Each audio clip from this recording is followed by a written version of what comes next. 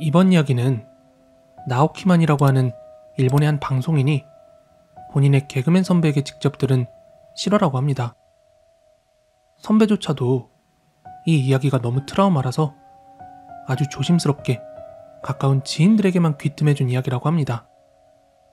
이 선배는 젊었을 때 동기들과 자주 모이는 아지트 같은 장소에서 시간을 보냈다고 합니다. 이 아지트라는 장소는 바로 동기 녀석 중 한 명의 집이었고, 이 집에는 엄청나게 많은 비디오 테이프들이 있었다고 합니다. 뭐 드라마나 쇼프로, 그리고 영화 등등 정말 다양한 테이프들이 많이 있었고, 이 코미디언 동기들은 밤마다 모여서 술을 마시면서 비디오 테이프를 틀어놓고 놀았다고 합니다. 그렇게 몇 달 동안이나 이들은 여기서 술을 마시고 떠들고 놀고 또 비디오를 감상하면서 시간을 보냈죠. 그러던 어느 날이었습니다. 이날도 여느 때처럼 어떤 테이프를 보고 놀지 고르고 있었는데, 이때 집주인 동기는 잠이 들어 있었고 남아있던 친구들 3명 중 1명이 야, 뭔가 색다른 거 없을까? 하면서 이제 다 같이 서랍을 뒤적거리면서 무작위로 테이프를 하나 꺼내서 확인을 했는데, 그들이 꺼내든 테이프는 어느 검정색 비디오 테이프였어요.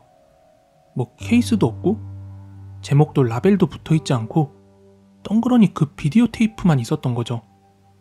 그러자 이제 그들 중 1명이 뭐야 이거? 왜 라벨이 없지? 혹시 이거 야동 아니야? 당시에는 인터넷이 없던 시절이라 이렇게 테이프에 녹화된 성인물이 엄청 귀한 시대였어요. 하여 이들은 설마? 하는 기대감을 품고 라벨이 없는 그 비디오 테이프를 플레이어에 넣었습니다. 테이프가 삽입이 되자 화면이 깜빡깜빡거리면서 한 영상이 재생되기 시작했습니다. 그런데 이들은 곧 기이한 장면을 보게 되었죠. 재생된 내용은 뭔가 도시도 시골도 아닌 애매한 분위기의 교차로였어요. 사람도 없고 가로등 불빛만이 희미하게 빛나는 그런 거리였습니다. 이들은 화면을 보면서 뭔가 의아했어요. 뭐야? 대체 이게 뭐지? 뭔가 이상했어요. 이 테이프는 몇 초 동안 그 장면만 보여주더니 갑자기 비디오가 자동으로 멈추고 또 자동 되감기가 되더니 테이프가 튀어나왔던 거예요. 어? 뭐야, 끝난 거야? 이상하네. 이거 다시 한번 넣어볼까? 하며 이들은 다시 테이프를 삽입했어요. 이번 두 번째로 재생했을 때도 아까 처음과 같은 장면이 나왔습니다. 하지만 이번에는 영상이 조금 더 길어졌습니다. 그래서 이들이 생각하기로 이거 반복해서 틀다 보면 끝까지 볼 수 있지 않을까? 하고 이제 계속 넣고 재생하기를 반복하고 있었죠. 그러던 중에 같이 있던 3명 중 1명이 뭔가 지루함을 느낀 거예요. 그러면서 자기 혼자 편의점에 갔다 온다면서 밖으로 나가버렸습니다. 남은 2명은 계속해서 이걸 반복하고 있었는데, 이때 영상에 뭔가 새로운 변화가 감지가 되었어요. 이 화면 속의 교차로 멀리서 조그마한 빛 하나가 움직이기 시작하면서 화면 한쪽에서 이렇게 천천히 다가오기 시작했고, 이때 반대편에서는 훨씬 더 큰 빛이 다가오기 시작했습니다. 그리고 바로 그 순간 큰 빛과 작은 빛이 부딪히면서 화면이 그대로 꺼져버리고 말았습니다. 그리고 이 테이프도 자동으로 탁 튀어나왔고요. 이들은 얼어붙었고 이 둘 중 1명이 입을 열었어요. 야, 아까 저 작은 빛 그거 교코상 아니야? 그들은 이제서야 깨달았어요. 아까 조금 전에 그들 동기 중 1명이 술과 안주를 사러 편의점에 갔었던걸요. 그리고 이 친구가 갔던 방향과 비디오 속 교차로의 모습이 너무나도 비슷했던 거죠. 화면 속의 큰 빛은 트럭으로 보였고 그 작은 빛의 동기가 트럭에 치인 거 아니냐면서 얼굴이 새파랗게 질려버린 겁니다. 그들은 순간 등골이 서늘해졌어요. 에이 설마 뭐 그런 일이 다 있을까 싶어서 이제 곧바로 테이프를 다시 재생해보게 되었어요. 근데 이번에는 완전히 다른 장면이 나왔습니다. 어느 시골 마을인데 로손이라고 하는 편의점 앞에서 한 40-50명 정도 되는 아줌마 아저씨들이 화면을 노려보면서 서 있는 장면이었어요. 그들은 한마디도 하지 않고 계속 카메라만 뚫어져라 쳐다보고 있었어요. 그리곤 다시 갑자기 이 테이프가 튀어나왔습니다. 이게 대체 뭐야? 그들은 공포에 질려버렸죠. 하지만 가장 무서운 일은 바로 다음에 벌어졌습니다. 그들이 아무리 기다려도 이 술을 사러 간 친구가 돌아오지 않았고 아예 집으로 돌아갔나? 이렇게 생각을 했어요. 그러나 몇 시간이 지난 바로 다음 날 그들은 한 끔찍한 소식을 듣게 되었어요. 술을 사러 나갔던 동기가 한 트럭에 치여서 그 자리에서 그대로 사망했다는 겁니다. 나중에 이 사건을 조사하던 경찰에게 이 비디오 이야기를 꺼내면서 급기야 다시 한번 비디오를 재생해보자고 했는데 희한하게 이제 다같이 재생했을 때는 그냥 평범한 예능 방송이 흘러나오더랍니다. 그래서 아니 도대체 이 비디오의 정체가 뭔지 원래 비디오를 가지고 있던 이 집주인인 동기에게 물었습니다. 그러자 이 동기가 이렇게 말하더랍니다. 너네 혹시 이거 재생해봤어? 이거 우리 할아버지가 남긴 유품이야. 이어서 말하길 할아버지가 말씀하시길 너가 정말 곤란하거나 힘들 때 이걸 틀어보라고 했어. 이 테이프를 보면 누군가 내 업을 대신 짊어지고 희생되어 줄 거라고. 이 일이 있고 난 뒤에 이때 당시 자고 있었던 집주인 동기는 뭐 본인이 아무것도 몰랐고 또 본인이 잘못한 게 아님에도 불구하고 너무 큰 죄책감을 느껴서 그 뒤로 이제 개그맨도 그만뒀고 이 같은 기수의 개그맨들 사이에서는 이 이야기가 뭔가 트라우마가 돼서 암묵적으로 때는 약 20년 전의 일입니다. 출장이 잦았던 업무 특성상 해외 여러 나라들을 많이 방문을 했습니다. 출장 중 저의 가장 큰 즐거움은 그 나라 음식에 대한 기대이고요. 두 번째가 호텔에 대한 기대입니다. 당시 3박 4일간 중국의 소주라는 지역으로 출장을 다녀온 적이 있습니다. 이 지역으로는 두 번째 방문이었고 제가 묵게 될 호텔은 쉐라톤 호텔이었죠. 전에도 한번 출장 와서 묵었던 호텔이었어요. 근데 지난 방문 때는 미리 예약을 했는데도 불구하고 방이 캔슬이 돼서 원하지도 않는 방에 머물러서 열받았던 적이 있습니다.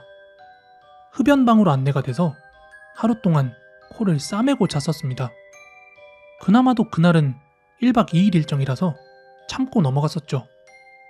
그런데 돌아와서 며칠 후에 고객 만족도 조사를 하길래 이놈들 한번 죽어봐라 하면서 불만사항을 잔뜩 써서 제출을 했죠. 물론 데스크 직원들의 불친절에 관해서지만요. 그래서 이번에는 예약을 하고 나서 혹시나 방을 업그레이드를 해주나 하는 그런 기대를 가지고 방문을 했어요. 그 당시에 중국 소주 쉐라톤 호텔은 궁궐을 개조해서 호텔을 지었다고 들었습니다. 그래서 건물이 다른 호텔보다 상당히 중국스러웠어요. 특히 택시를 타고 호텔로 가면 마치 서울 남대문 같은 곳을 차로 올라가는 기분도 꽤 괜찮았습니다. 그렇게 호텔 체크인 데스크에 가니까 편지를 2통을 줍니다. 그래서 역시 뭔가가 있네. 혹시 방을 업그레이드 해주려나? 아니면 다른 서비스? 방은 4180, 4180호실이었어요. 근데 불편한 건 이놈의 건물이 옛날 건물을 개조해서 그런 건지 몰라도 완전히 미로였습니다. 어떻게 찾아서 복도로 나왔는데 그때부터 제 방까지 자그만치 11개의 코너를 돌아야 됐어요. 나중에 알게 된 바로는 그 호텔이 원래 궁궐이라서 자객이 침투하면 도망가지 못하게 하고 헷갈리라고 일부러 그렇게 만들었다고 합니다.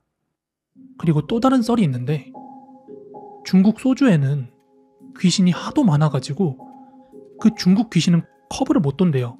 그러니까 콩콩 뛰어다니는 강시 생각하면 되는데, 그래서 그렇게 복도를 꼬불꼬불하게 만들었다고 합니다. 아무튼 그렇게 고생해서 찾아갔던 방은 업그레이드하고는 전혀 상관이 없었습니다. 데스크에서 받았던 편지 2통을 열어보니까 한 개는 호텔 마일리지 좀 써라 하는 것이었고요. 다른 한 개는 타워룸에 머물면 주는 서비스에 대한 안내였어요. 그런데 이 쉐라톤 호텔에 예로부터 귀신 나온다는 이야기가 있었다고 합니다. 그리고 이건 저희 회사 사람들이 겪은 이야기예요. 그 전년도에 우리 부서 사람이 출장 와서 이 호텔에서 묵었는데, 밤중에 뭔가 시끄러운 느낌, 막 부시럭거리는 느낌이 들어서 눈을 떠봤대요. 그랬더니 그 호텔 청소부 옷을 입은 사람이 방 한가운데 서가지고 자기를 노려보고 있었다는 겁니다. 얼마나 무서웠는지 이불을 덮었었고, 막 벌벌벌 떨고 있다가 이제 갔겠지 하고 걷었는데, 그때는 이제 이미 없어진 뒤였다고 합니다. 그런데 시계를 보니까 그때가 이미 새벽 2시 가까운 시간이었다고 하고요. 그리고 다음 날이었습니다. 또 새벽 2시경쯤이 됐는데 또다시 막 호텔 문을 덜그럭거리는 소리가 나가지고 놀란 마음에, 아니 왜 밤만 되면 나한테 오냐고, 딴 방에도 좀 가라고, 이러면서 중국말로 막 다그쳤대요. 그렇게 다그치고 나니까 소리는 잦아들었고, 그날은 그렇게 조용히 보낼 수가 있었다고 합니다. 그리고 다음날 아침에 출근해보니까 같이 출장했던 다른 친구가 막 투덜거리고 있더랍니다. 어젯밤 자는데 누가 계속 문고리를 흔들어서 영 잠을 못 잤어. 새벽 2, 3시에 그 난리야. 이게 진짜인지 가짜인지는 모르겠지만 두 사람에게는 좀 심각했던 상황이었다고 합니다. 주재원 이야기를 들으면 원래 이 장소가, 이 쉐라톤 호텔이 있는 장소가 오나라 시대 때 궁으로 많은 사람들이 죽어서 원혼이 쌓여서 그렇다는 말을 하더군요. 그러면서 그 많은 방들 중에서 한두 개 방에서는 실제로 귀신이 나온다 하는 섬뜩한 말을 전합니다. 이 호텔의 복도가요, 모두 다 일자형이 아니라 뭐 직진하다가 왼쪽으로 꺾고 또 오른쪽으로도 꺾이고 그런 식으로 한 10여 구비를 도는 그런 식으로 생겼었고, 그 중에서도 유독 한두 개의 방만이 정면이 긴 복도를 마주보게 되어 있는데 바로 그 방에서 귀신이 나온다고 합니다.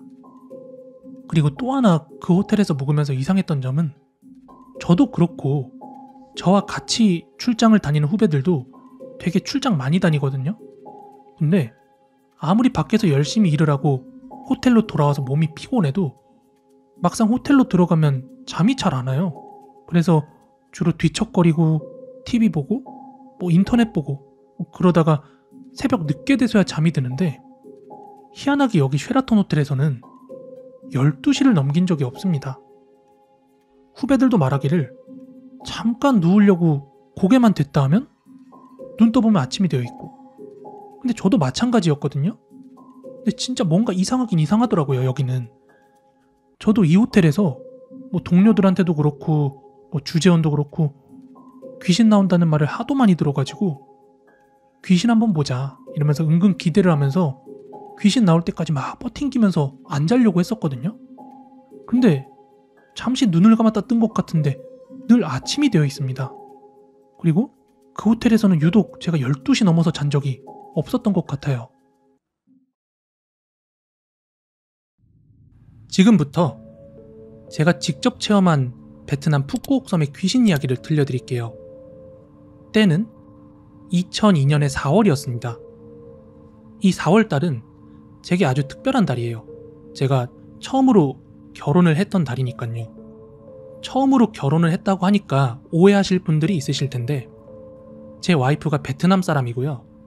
국제 결혼으로 베트남에서 한 번, 한국에서 한 번 이렇게 결혼식을 2번 했습니다.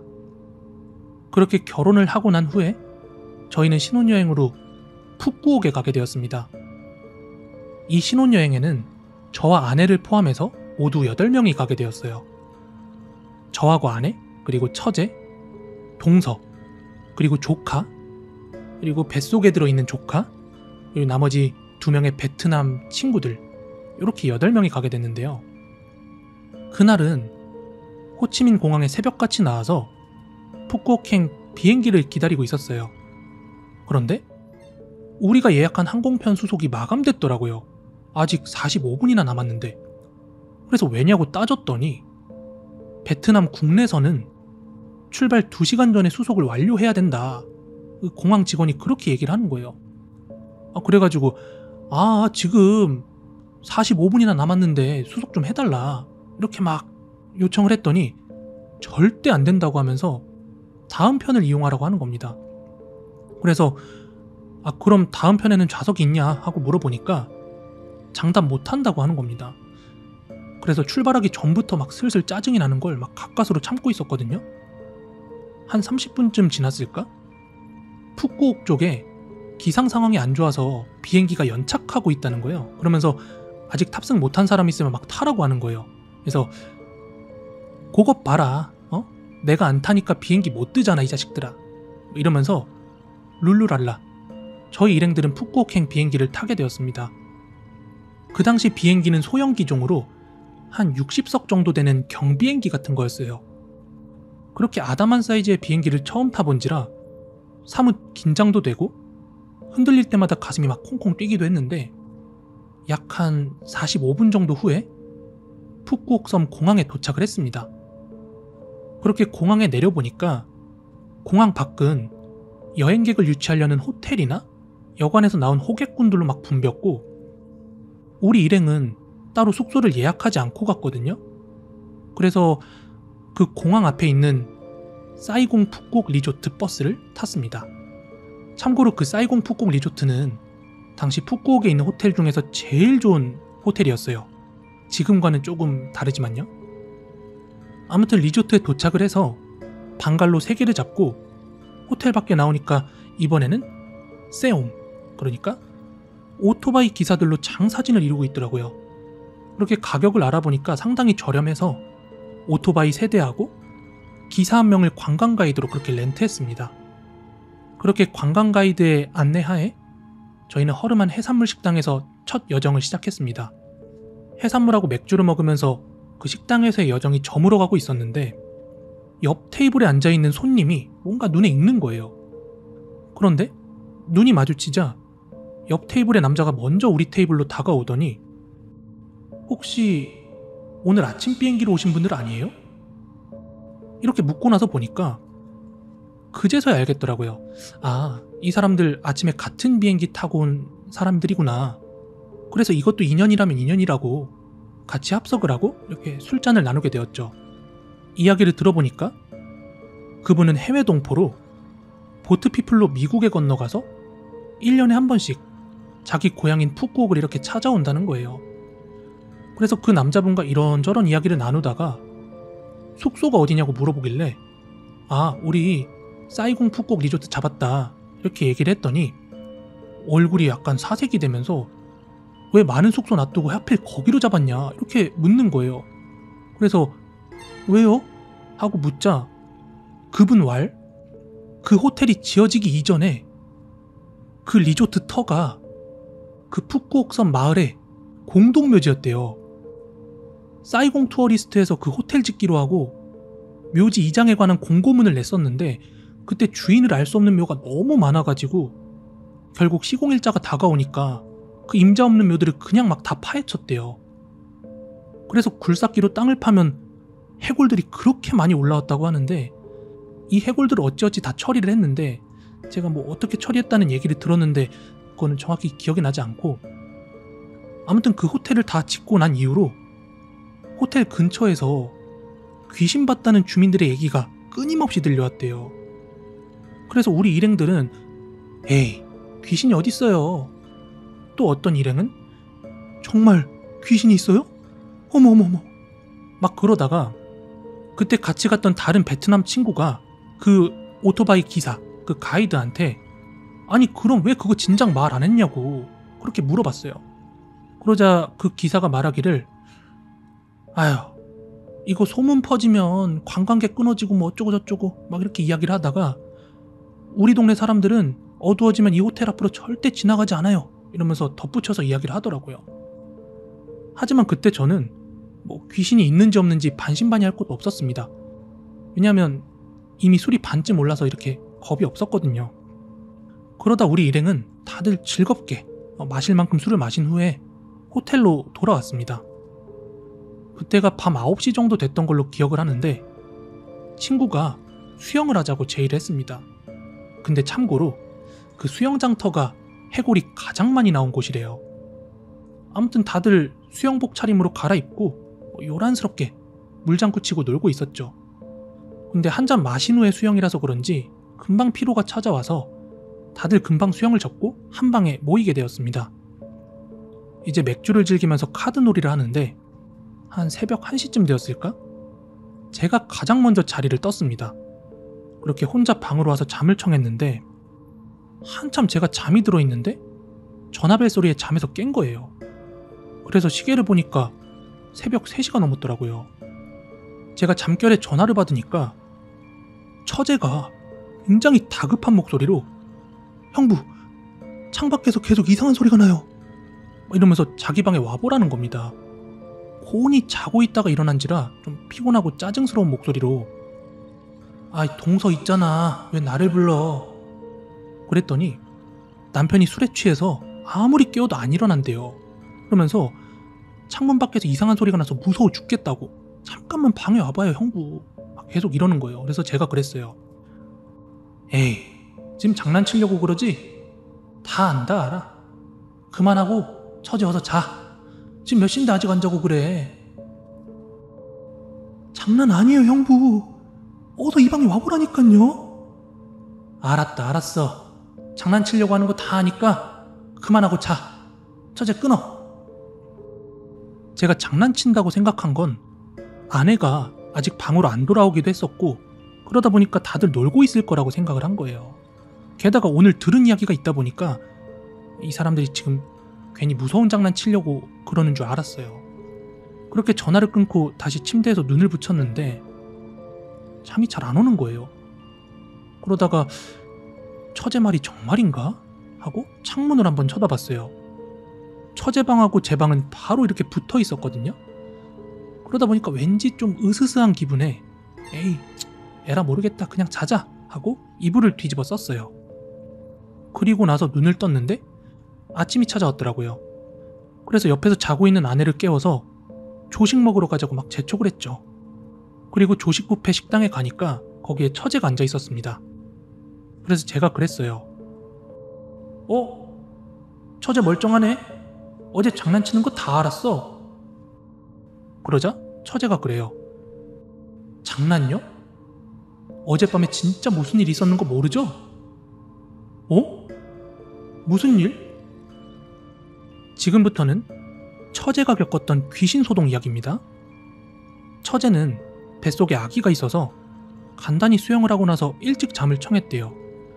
그리고 한 새벽 2시경인가? 그때 남편이 술에 취해가지고 이제 막 방에 들어왔고 술에 취했다 보니까 곧바로 쓰러져 잠이 들었대요.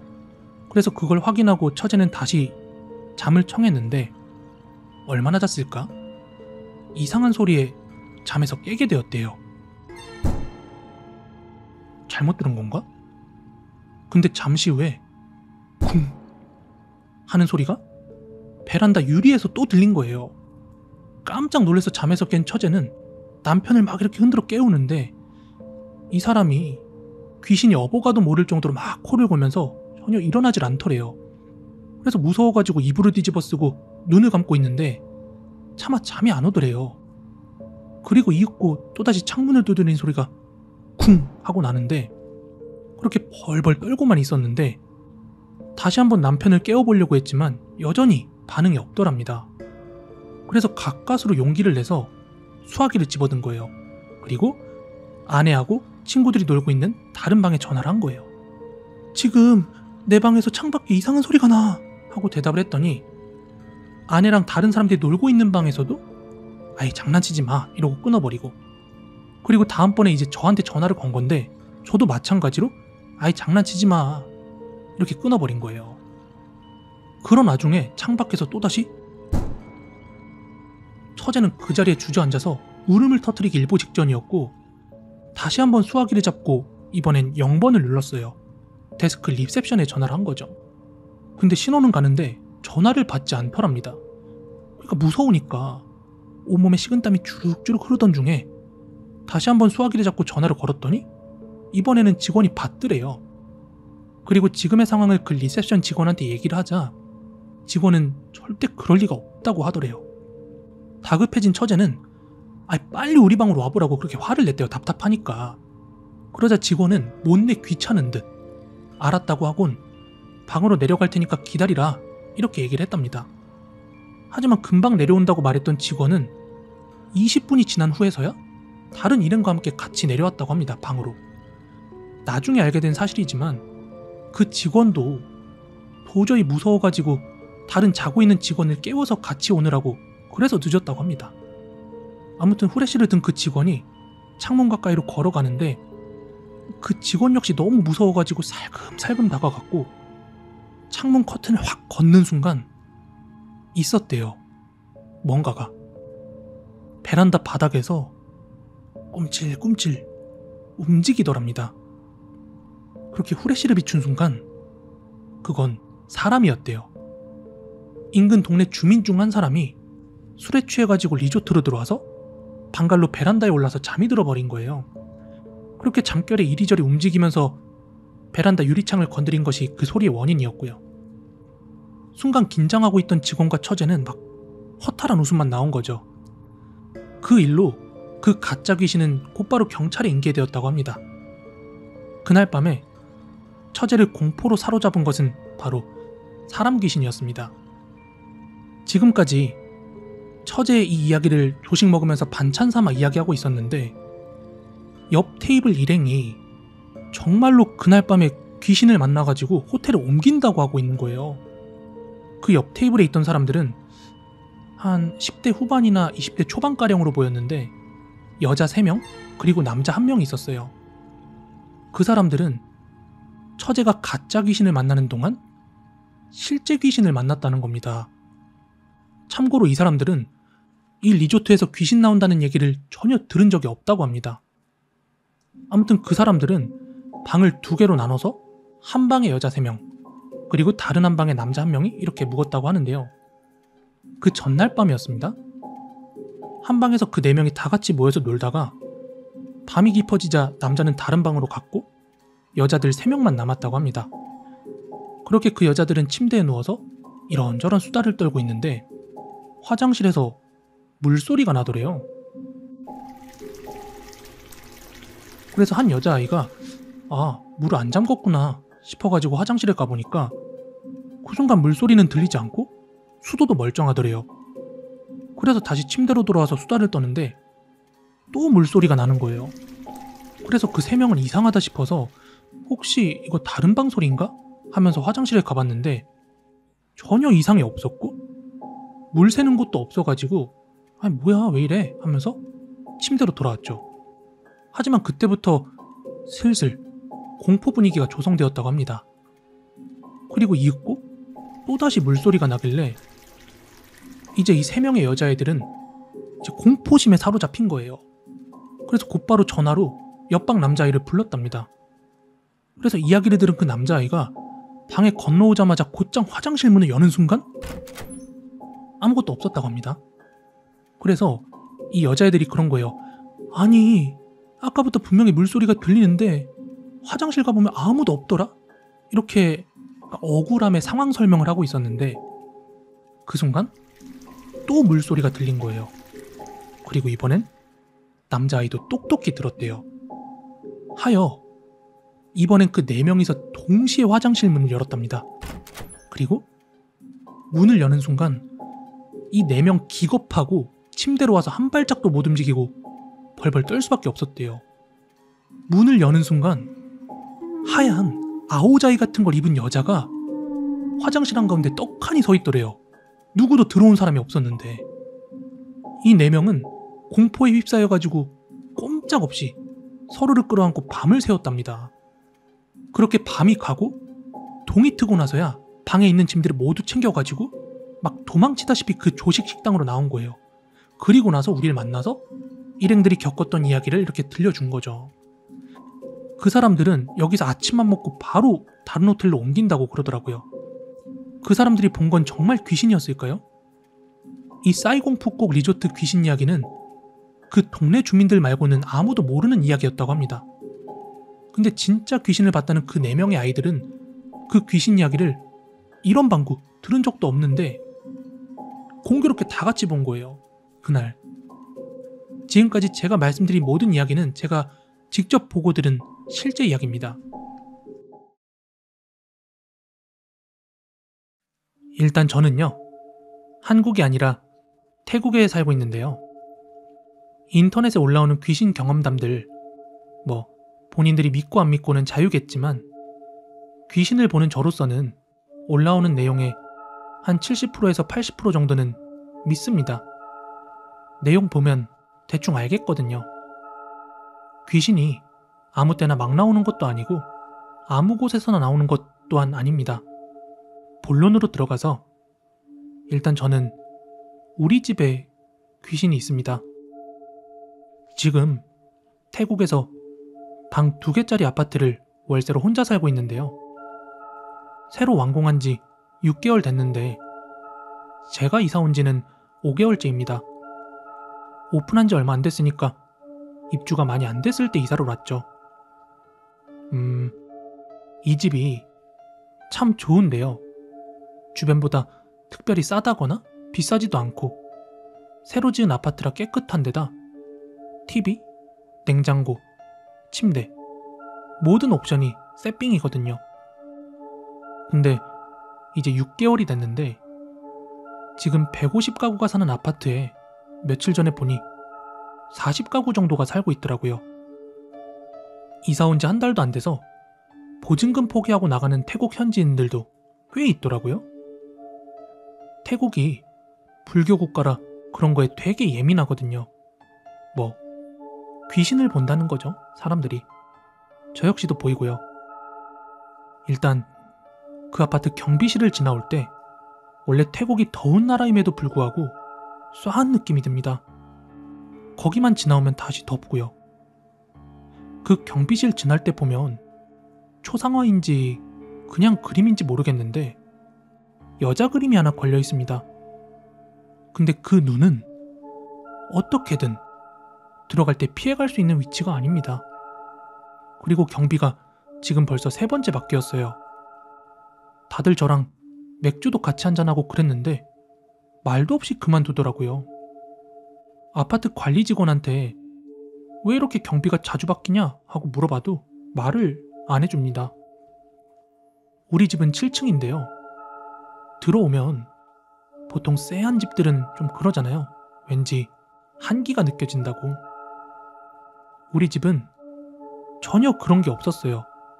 습하지도 않고. 그런데 제가 가끔 잘 때 부스럭거리는 소리에 눈을 뜨면 언제 그랬냐는 듯 갑자기 조용해지고 이런 게 한두 번이 아닙니다. 몇 번을 그러다가 한 번은 이제 불 끄고도 잠이 안 와서 한 3시간 정도를 그냥 조용히 아무 소리 없이 있었던 적이 있었습니다. 그랬더니 언젠가부터 그 부스럭부스럭거리는 소리가 날 때쯤에 침대 팔 아래쪽에서 사람 머리 형체가 쓱 올라오는 거예요. 그 전에도 귀신을 여러 차례 봤기 때문에 별로 그렇게까지 놀라진 않았지만 올라오는 걸 힐끗 보고 있었는데 여자였어요. 그것도 서양 여자. 웃기죠? 태국에서 보는 귀신이 서양 여자 귀신이라니. 그리고는 본인의 존재를 알리고 싶었던지 저를 물끄러미 쳐다보더니 머리카락으로 저의 발을 살짝 스치듯 지나가더라고요. 그리고는 침대 아래로 내려가더니 없어졌습니다. 솔직히 그 머리카락이 제 발을 스치고 지나가는데 그 느낌은 엄청 소름이 끼치더라고요. 우리 집에 있는 귀신은 자꾸 자신의 존재를 알리려고 그러거든요. 저는 신발끈을 묶으면 절대 안 풀어지게 하고 신발을 신고 벗을 때도 절대 안 푸는 스타일이에요. 근데 가끔 아침에 나가려고 하면 신발끈이 양쪽 다 풀려 있어요. 사람이 일부러 푼 것처럼 말이죠. 그리고 또 이상한 점은 냉장고에 넣어둔 음식이 이상하게 잘 상합니다. 김치를 산지 3일 만에 하얗게 곰팡이 핀 거 본 적 있으세요? 어이가 없더라고요. 막 담근 김치 받아온 건데. 뭐 이런저런 일이 많은데 가장 기억에 남는 건 우리 집에 여자가 들어오는 걸 싫어하더라고요, 그 귀신이. 한날은 우리 집에서 남자 직원 1명하고 여자 직원 2명이 술을 한잔 먹고 있는데 이제 잘 때가 돼서 저는 안방, 여자 직원들은 작은 방, 남자 직원은 거실에서 잠들었는데요. 여직원들이 그날따라서 둘이 티격태격 싸우는 거예요. 우리 집에 들어오면서부터.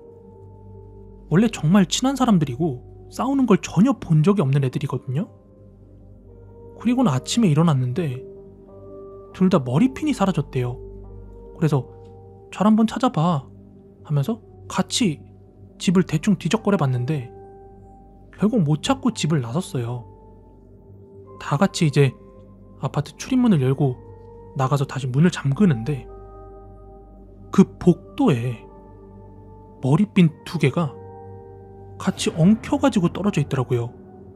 도대체 누가 그랬는지. 그리고 그날 하루 일과를 마치고 다시 집에 들어갔더니 멀쩡했던 거울이 금이 쩍쩍 가 있더라고요. 그 뒤로는 다시는 집에 여자들은 못 들어오게 하고 있습니다. 음식 배달시키고 음식 받을 때도 그분이 여자면 제가 복도까지 나가서 받고 남자면 현관에서 받고요. 벽에는 여자친구 사진이며 장식품도 함부로 못 둡니다. 얼마 못 가 다 깨져 있어요. 떨어져 있거나. 덕분에 지금 제 여자친구도 우리 집을 못 들어와서 가끔 싸웁니다. 딴 여자 있는 거 아니냐면서요. 사실 맞죠. 귀신이 여자니까. 그 밖에도 창문 닫았고 샤워하고 나오면 막 커튼이 풀럭거리다가 잠잠해지고 많은 일들이 있는데 특별히 저한테 해코지하는 귀신은 아니니까 그냥 살고 있습니다.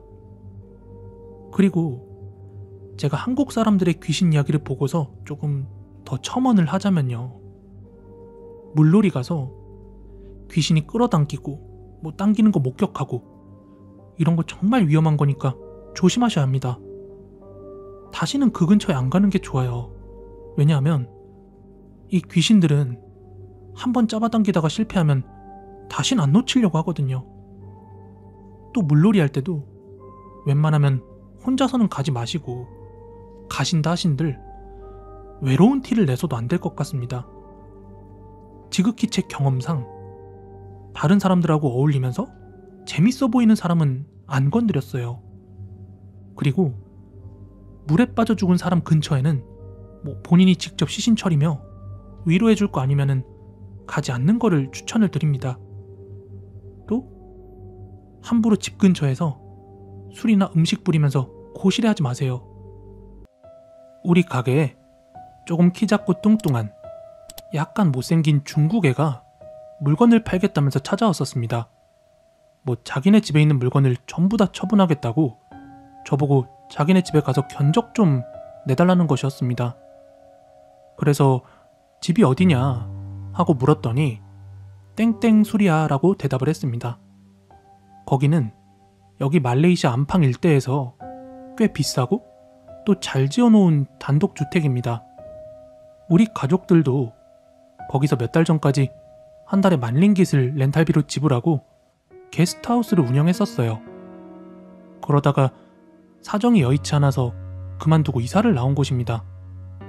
아무튼 가게에서 그다지 멀지 않은 곳이라 이 중국 여자애와 같이 집을 방문했어요. 했는데 이게 웬일입니까? 불과 석 달 전까지 제가 살던 바로 그 집인 겁니다. 저는 반갑기도 하고 또 이상도 해서 왜 짐을 다 이렇게 다 파는 거냐 하고 물어봤습니다. 그랬더니 이 집 가족 모두가 공포에 질린 얼굴로 우리들은 여기서 더 이상 못 살 것 같습니다. 살 수가 없습니다. 이러는 것이었습니다. 내용인 즉 여기 처음 이사와서 가족들이 다 같이 거실에서 TV를 보고 있는데 뒤에 있던 계단에서 한 여자가 같이 TV를 보고 있더라는 것이었죠. 일단 참고로 이 집은 3층에다가 방이 7개고 엄청 큰 방갈로입니다. 가족 모두가 기겁을 하고 방으로 피신을 했는데 이제 다음 날부터 본격적으로 목격을 하기 시작한 거예요. 이제 가족들이 귀신들과 1대1로 대면하기 시작했고 또 어쩌다가는 가족 전체가 함께 목격하기도 했다고 합니다. 또 그 집에는 함께 살고 있는 파출부도 있는데 이 파출부는 매일같이 귀신을 보는 통에 이 주인 식구들과 한 방에서 같이 잔다는 겁니다.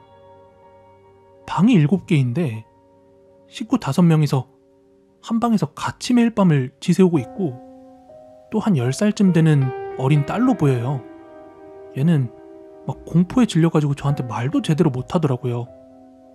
매일 밤 아무도 없는 빈 방에서 인기척이 나고 한 방에서 모여 잘라치면 막 계단에서 오르락내리락 소리가 나는 통에 가족 모두가 도저히 살 수가 없더래요.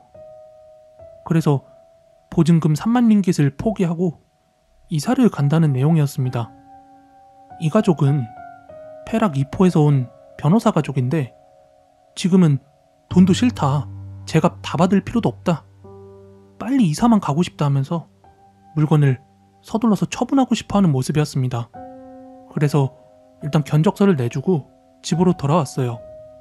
그리고 이제 집에 돌아와가지고 이 이야기를 와이프한테 들려줬더니 와이프가 뭐라고 하냐면 우리 집에 1년 정도 머물던 조카아이가 있었는데 이 조카아이가 와이프한테 그랬었다고 합니다. 몇 번이나 귀신을 봤다고요. 근데 그 이야기를 본인은 개무시를 했었다고 합니다. 귀신이 어딨냐면서. 저도 그 집에서 귀신을 본 적은 한 번도 없었습니다. 하지만 그 집에 살면서 안 좋은 일이 참 많이 일어났습니다. 몸도 안 좋아지고 깜빵도 갔다 오고 또 현관문이 왕창 내려앉았던 집입니다. 이 집에 7개의 화장실이 있는데 7개 전부 다 밸런스가 안 맞아서 물이 항상 고였었습니다. 나중에 이사 나올 때쯤에는 이 집 바닥이 중앙에서 둘로 갈라지는 것도 봤습니다. 아무튼 막 이런저런 이야기를 듣다 보니까 이 귀신 같은 게 진짜로 있는 걸지. 아무튼 전에 이 두타수리아 터가 연못을 메꾼 자리라고 하던데 어른들 말이 맞는 걸까요? 이상 말레이시아에서 중고장사하는 사람이 이야기를 해봤습니다. 저는요, 어렸을 때부터 연기가 특출나다는 소리를 많이 들어왔어요. 심지어는 제가 애기일 때 우리 아버지 꿈에 웬 귀신이 내 머리를 만지려고 할 때마다 막 튕겨나가는 것을 볼 수가 있었대요. 어쨌든 본격적으로 제가 겪었던 이야기를 한번 해볼게요. 저는 초등학생 때 인도네시아라는 나라의 반둥이라는 도시에서 살았어요. 그때 제가 초등학교 6학년이었습니다. 그러던 어느 날이었는데요. 아버지 친구분께서 집을 이사하셨다고 놀러 오라는 겁니다. 만난 것도 많이 해놓고 기다리고 있겠다 이렇게 연락이 와서 당연히 이런 기회에 제가 안 따라갈 리가 있겠어요? 당연히 동생 둘과 함께 아버지와 그 집에 따라갔어요. 그 집에 처음 도착했을 때 봤던 집은 매우 컸습니다. 무려 2층짜리 집이었고요. 1층에는 거실하고 넓은 주방이 있었고요. 대부분의 방은 2층에 있는 형태의 집이었어요. 어쨌든 저는 그 집 1층에서 이렇게 먹고 놀고 하다가 어른들은 거실에서 이야기를 나누시고 저는 그때 2층에 올라가서 동생들과 그리고 친구와 놀고 있었죠. 그러던 도중에 갑자기 화장실이 마려웠어요. 그래서 2층에 있는 화장실로 뿔뿔 들어가서 시원하게 큰일을 보고 있었는데요. 볼일 보던 중에 누가 밖에서 불을 확 꺼버리는 거예요. 그 화장실이 안에서도 불을 켰다 끌 수 있고 밖에서도 껐다 킬 수 있는 구조여서 제가 밖으로 야, 장난치지 마라 하고 소리를 치고 안에서 불을 켰어요. 근데 잠깐 있다가 다시 또 불이 꺼지는 거예요. 그래서 이번엔 안에서 제가 불을 켜고 얼른 뒤처리를 한 다음에 불이 꺼질 때 뛰쳐나가서 얘네를 잡아야겠다 마음을 먹고 불이 딱 하고 꺼지는 순간에 네 녀석들이 이러면서 뛰쳐나갔는데 동생하고 친구는 전부 다 1층에 있었습니다. 2층에는 아무도 없었어요. 얼른 1층에 있는 아빠한테 달려가서 막 주절주절 이야기를 했어요. 근데 아버지께서는 에이, 그냥 누가 장난친 거겠지.